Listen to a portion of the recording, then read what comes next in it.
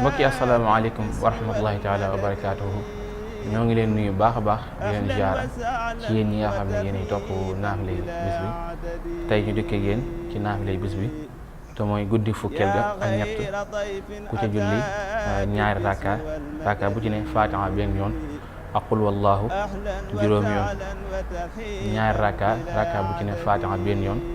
ak qul wallahu ahad juróomi yoon sëriñ bi neen dees na ko tabaxal njënn lu rëy ci àjjana loo xam ne nii dana am juróom-ñaari néeg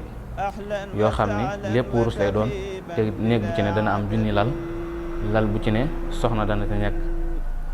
te des na ko bindal tuyaabay ku woor ñaar fukki at ak ku julli junni rakka kon loolu moo nekkoon njariñal naafilay bis bi tey ñu baamu limu rakka yi ñaari rakka bu ci ne fatiha benn yoon ak qul wallahu ahad juróom yoon kon mbokk yi lii moo nekkoon naafilay bis bi di leen joxaat di daje suba ci waxtu yi incha allah